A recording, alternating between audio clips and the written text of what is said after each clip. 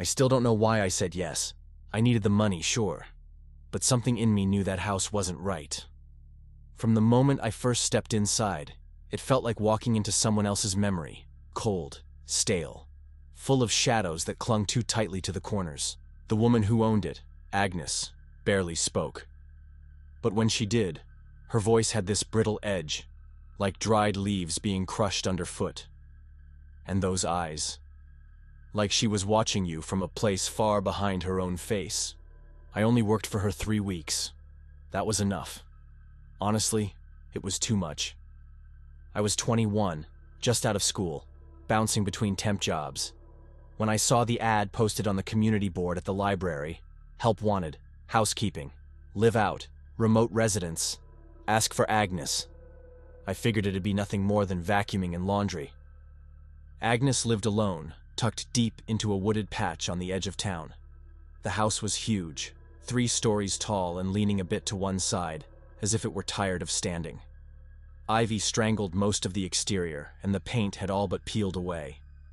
The windows were covered inside with thick, dusty blinds that never moved. I never once saw sunlight hit the floors. Inside it was worse. Every floorboard groaned underfoot, and the place smelled like time had stopped moving. She lit most of the rooms with candles, real wax candles, because she said, light bulbs made the house upset. Whatever that meant. There were clocks that didn't tick, china dolls arranged in careful lines on shelves, faded portraits of people I never asked about, and in every room, I swear, there was always a shadow that didn't belong. Agnes didn't like when I asked questions, especially about the basement. That was the one place she was clear about. Never go down there, she warned, no matter what you hear. During the day, I'd mostly clean in silence while she shuffled around somewhere upstairs. She moved without sound, somehow always in the next room over or just behind me. I never saw her eat. I never saw her leave. Sometimes I'd turn around and she'd be there, standing still as stone in a doorway, watching. One Friday she asked me to stay overnight. My cousin's passing through, she said. I need help preparing. She said it so matter-of-factly, but there was something in her tone, like the words were borrowed, like she wasn't used to saying them out loud. Against my better judgment, I agreed. She gave me a room on the 2nd floor, far from hers, and just down the hall from the stairs that led to the basement. That night, I don't know how to explain it. I didn't sleep. I couldn't. It started just after midnight. Slow, deliberate footsteps creaked across the hallway, back and forth, always stopping just outside my door. They'd linger there for a full minute, and then retreat, then return again. At one point, the doorknob turned. Agnes stepped in. She didn't say anything, didn't ask how I was or if I needed anything. Just stood there, half in shadow, candlelight flickering behind her. Then she left, closing the door without a sound. That's when I knew I had to see the basement. It wasn't curiosity. It was something stronger. I knew something was wrong. Something awful. I waited until everything was silent again. Then, barefoot and shaking, I slipped out and crept toward the basement door. It was unlocked. The stairs moaned under my weight as I descended, and the air turned thick and foul the further I went. It smelled like rot and mildew and something metallic, like blood that had dried years ago. I had only the candle I'd stolen from the hallway. When I reached the bottom, the room opened into a wide space with concrete floors and walls that dripped with moisture. And there, seated in a row of old chairs, were the corpses. 3 of them. They were dressed, formally, almost cheerfully. One wore a wig and pearls, another had a scarf and sunglasses. The third, wearing a beret and what looked like lipstick, slumped sideways as if he'd just nodded off mid-conversation. But they were rotting. Their skin, where visible, had turned a sickening gray. Parts of it hung like wet paper. I could see bone in one of the necks. The candlelight trembled as I stared, realizing that someone had posed them. Someone had been keeping them. I couldn't move until I heard the creak of a footstep on the stairs. And then her voice, low, slow, sweet in the way sugar can hide poison. "Darling," she called softly. "Where are you?" I blew out the candle and crouched behind a rusted water heater. My heart thrashed so loudly I thought she might hear it. Her steps grew closer, like she had all the time in the world. Then, I saw her Agnes. She descended into view holding a large kitchen knife. Her white nightgown dragged along the steps, and her eyes flickered with something not human. She was humming. I don't know what the tune was, but I'll hear it in my nightmares until the day I die. She passed the water heater slowly. The blade gleamed in her hand. I didn't wait to see where she was going.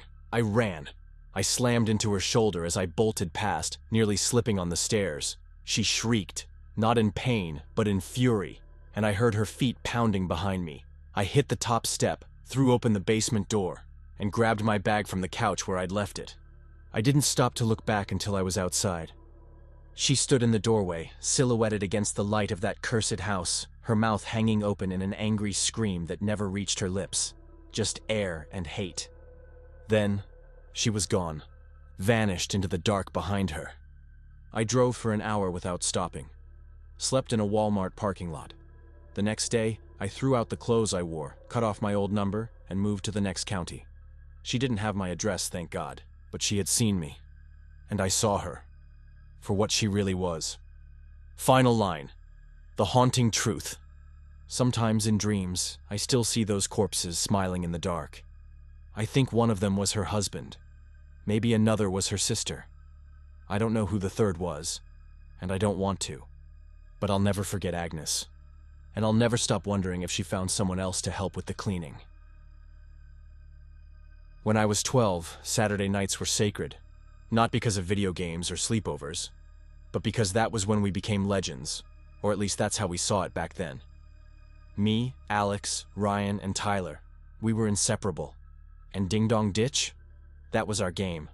It sounds innocent, maybe even stupid now, but at the time, it was our rush, our rebellion. We lived for the chase, but there's one night I still can't laugh about. One moment that came inches from turning a childhood prank into a tragedy. And even now, all these years later, I still wonder what would have happened if we hadn't run fast enough. Our neighborhood was the kind of place you'd see in an old sitcom. Perfectly spaced homes, trimmed lawns, moms waving from porches, kids on bikes. But there were still patches of untamed woods in between. Those scraggly trees that clung to the land before the developers finished swallowing it up. We all lived on the same block. Me and Tyler were the cautious ones. We'd hang back in the bushes, barely breathing, while Alex and Ryan, the lunatics, would dart across front lawns like it was an Olympic event. We had a system. Pick a house, send Alex or Ryan up, ring, run, hide. If someone came out and yelled, bonus points. If they chased you, instant legend status. Most people just groaned or muttered something about stupid kids. One guy actually waved. Another left out candy one night with a note that said, "You win." But that night didn't end with laughs. It started like all the others, with that electric sense of freedom only kids feel when the sun's gone down and the grown-ups think you're just playing in someone's backyard. We hit our street first. Easy targets, familiar porches, known reactions. A woman 2 houses down threatened to call the cops with a voice so practiced we didn't even flinch. Alex doubled back and rang her bell twice, just for the thrill. Then Ryan had the idea. Let's cross over. Hit the other block. That block was different, older, a little forgotten. The trees crept closer to the road, and some of the houses looked like they were losing the fight against time. Tall grass, faded paint, windows that stayed dark. We should have turned around, but we didn't. The first house we picked sat on a corner, set back farther than the others, with a yard that looked like no one had touched it in years. The porch light was out. A dusty old car sat under a tarp in the driveway like a shrouded corpse. "That one," Alex whispered. Of course it was. He grinned, adjusted the strap of his hoodie, and took off before we could argue. Ryan followed halfway before ducking behind a mailbox. Tyler and I slipped into the shadow of a thick pine tree near the edge of the yard. The doorbell rang. a loud metallic chime that echoed through the air like a warning bell. Seconds later, the door flew open. The man who stepped out looked like something out of a nightmare. Tall, had to be 6'4", maybe more. Broad shoulders, thick arms, and a glare that cut right through the dark. He didn't hesitate. No squinting. Just instant rage.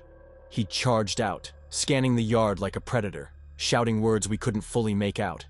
His voice was deep, furious. He stomped through the grass, checking behind the car, scanning the trees. For a split second, I was sure he'd spotted us. Then, just like that, he grunted, muttered something, and stomped back inside. "Dude," I whispered. "Let's bail." But Alex was already creeping back toward the porch. "Is he insane?" Tyler hissed. We didn't move. It was like watching someone touch a hot stove. You want to stop them, but you're too frozen by the horror of it. He rang the bell again, then bolted sideways along the house and vanished into the shadows. The door exploded open so fast I thought it might fly off the hinges. This time, the man wasn't empty-handed. He was holding a rifle. The street fell silent. Even the bugs seemed to go quiet. He wasn't yelling now. He checked the bushes, the car, the base of each tree. Then he stopped and looked right toward where we were hiding. My breath locked in my chest. The rifle lowered slightly, just enough to make me wonder if he'd seen us. Then, slowly, he turned and walked back to the house. We exhaled as one, but the panic didn't leave. We watched him step into the front window, barely lit from inside. He didn't pull the curtain. He just stood there and watching. "I don't like this," I whispered. And then we saw Alex again. He was crouching, creeping toward the porch like a ghost. My heart punched against my ribs. "No," I mouthed. "Don't." But he couldn't see me. Or maybe he did and just didn't care. He reached the steps, lifted his hand, rang the bell a third time, and vanished. The man didn't move, but then he was gone. One moment in the window, the next, nothing. I felt the cold creep in around me, even though it was still late summer. Then we heard it. A whisper in the dark. Alex's voice, from somewhere off to the side. "Run!" The trees around us exploded with sound, branches cracking, footsteps pounding, fast, heavy steps coming straight toward us. We turned, and he was there, charging through the trees, rifle clutched in both hands, his face twisted in rage, eyes wild and locked on us. We didn't yell. We ran. The kind of run where your brain shuts down and your legs take over. Tyler's hand grabbed mine for half a second before we split directions, ducking under branches, leaping over roots. The woods blurred past. I remember the sound of him behind us, closer, then farther, then close again. A heartbeat that wasn't mine pulsing in my ears. And then, ahead, Alex. He was waving us forward, standing in the street like a lighthouse. "This way!" he yelled. "Move!" We tore through the trees and hit pavement, our shoes slapping the road as we sprinted toward him.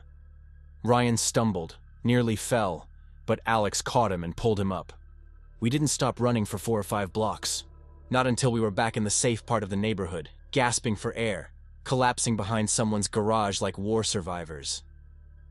When we could finally speak, Alex told us what he saw. He didn't go back inside, he said, voice shaking. He went around, into the woods. I saw him crouch, like stalking. He was looking for you. None of us said anything for a long time after that. We didn't tell our parents. We just stopped playing. We whispered the story to a few close friends over the years, sure, but it faded into that strange fog where childhood memories go, half real, half nightmare. That house is still there, last I checked. Same tarp-covered car, same wild grass, same dark windows. Sometimes I wonder about the man. What would have happened if we hadn't run fast enough? If he'd caught one of us? If the gun had gone off? We thought we were invincible back then. But that night taught me something. Some doors aren't meant to be knocked on, and some games aren't games at all. I didn't move into that house expecting anything special. It was modest, beige siding, Creaky steps, old chimney that didn't work. The kind of place you pass 100 times and never notice. My parents were generous enough to rent it for me while I finished my last year of college. They thought it would give me independence, quiet, space to grow into adulthood. And for the first few days it was quiet. Then I heard a scrape across the living room floor. That's all. But something about it felt wrong. Like it wasn't just the house settling. Like it had intent. I should have left then. But I didn't. I moved in on a cloudy Thursday in early September. The house sat just off campus, tucked behind a row of gnarled trees and a half-collapsed fence. It had 2 bedrooms, 1 bath, and a little attic I didn't bother looking at right away. The air smelled like old carpet and paint, but I figured I could make it feel like home. That first weekend I unpacked everything, lit a candle that smelled like cinnamon, and watched the rain patter against the window. It was peaceful, until that scrape. It happened during the storm, a slow, deliberate dragging sound like wood grinding across wood. I paused the movie I was watching and stood up. The living room was empty. I laughed at myself, told myself it was nothing. New house, old bones, probably just shifting in the rain. But the unease had started. A slow, cold trickle in the back of my mind. 2 days later, I came home from class to find a box of cornflakes spilled all over the kitchen floor. Not tipped over, tossed.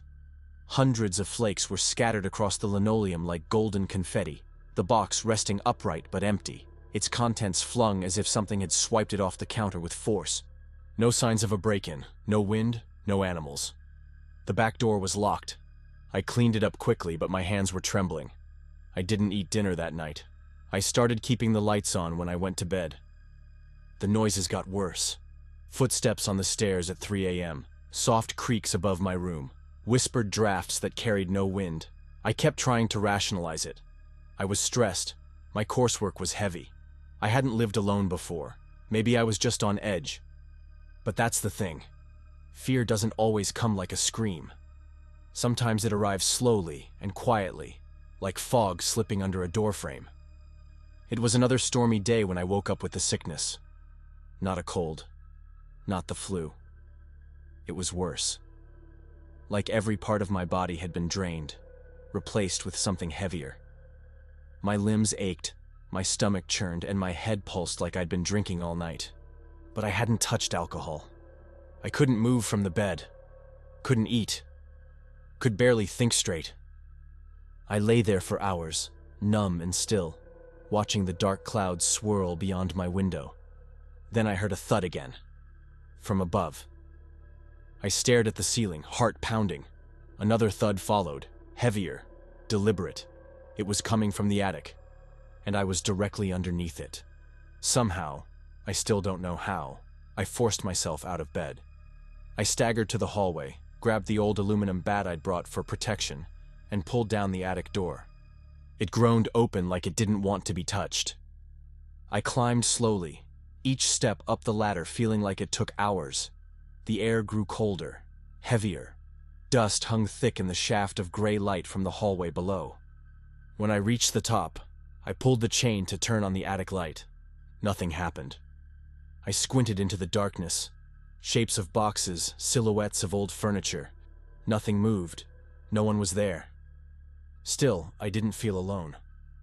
I climbed back down and shut the attic tight. That night I didn't sleep. I just lay in bed, listening to the thunder, trying to ignore the dread growing in my chest like a bruise. It was after midnight when the noise came back. Not thuds this time, but footsteps. Walking across the attic floor above me, slow, steady, circling. I sat up in bed, drenched in sweat despite the cold. Then, laughter. A child's laughter. High-pitched, playful. It didn't echo like normal laughter. It wrapped around me, curled into the base of my spine like a whisper too close to the ear. I grabbed the bat again and crept to the attic door, hands trembling. Pulled it down. Ascended. This time, I didn't even reach the light switch. Halfway into the darkness, I froze. Something was breathing, right in front of me. I couldn't see it. Then, that giggle again. So close, I swear, I felt the breath on my face. I don't remember descending the ladder. I don't remember grabbing my phone. All I remember is the rain pounding against my back as I stood barefoot in the driveway, sobbing into the phone, calling my dad. I must have sounded crazy, but he didn't question it. He just said, "I'm on my way." By morning, the house was empty. My parents arrived, helped me pack every last thing without a single comment about ghosts or nerves or nightmares. We didn't look in the attic again. We didn't even lock the door when we left. I never went back. I try to forget. But whenever it rains, whenever thunder rumbles far away, I find myself thinking about that laughter in the dark again.